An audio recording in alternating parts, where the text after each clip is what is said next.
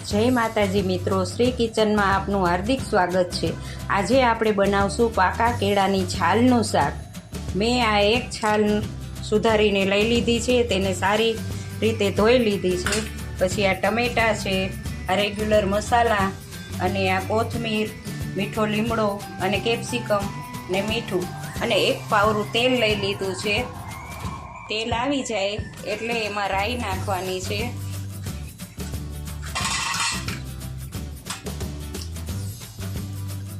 जो आ तेल में राई नाखवानी आपणे तेल आवी गयुं छे।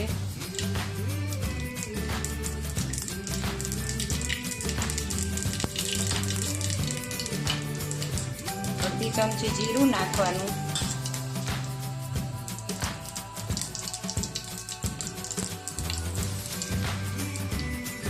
मीठा मसालाना पान नाखवाना, अर्धी चमची हींग नाखवानी। પછી આપણે આ ટમેટા લઈ લીધા છે એ પહેલા નાખવાના।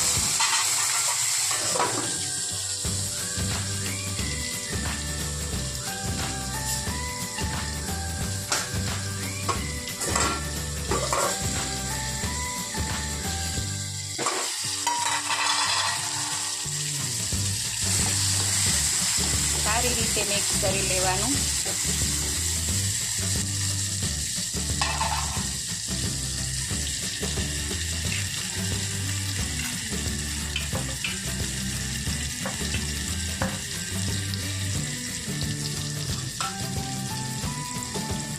अर्धी चमची हळदर नाखवानी,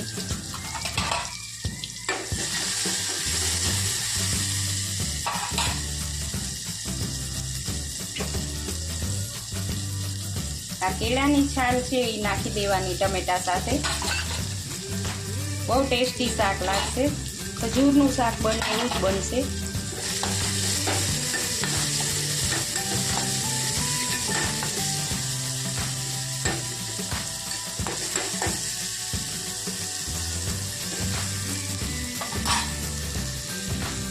તમે જોઈ શકો છો।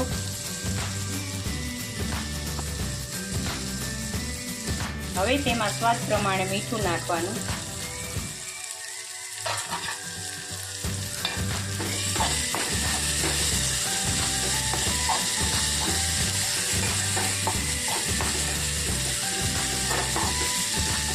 સાવ ગેસ ધીમો રાખવાનો, નકર ચોટી જશે।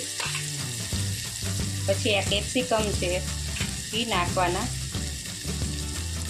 કેપ્સિકમ ન હોય તો મરચું નાખી શકો, ગમે એ લીલું મરચું।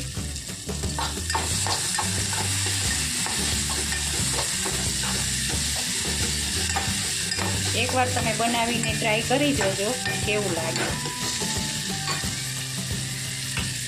જો કેટલું સરસ દેખાય છે। ખાવામાં એટલું ટેસ્ટી લાગશે।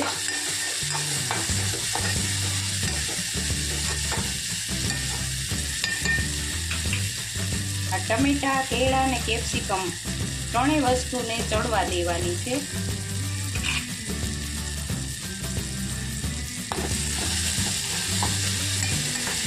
જુઓ તમે હવે એકરસ થઈ ગયું છે બધું। લસણવાળી ચટણી નથી નાખવાની, કોરી નાખવાની। હવે એમાં આપણે એક જ કેળાની છાલ છે એટલે મરચું જોઈને નાખવાનું છે, જેટલું તમારે તીખું જોતું હોય।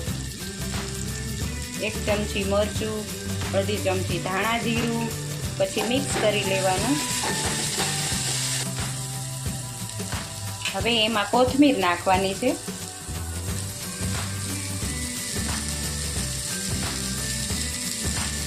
પછી મિક્સ કરી લેવાનું।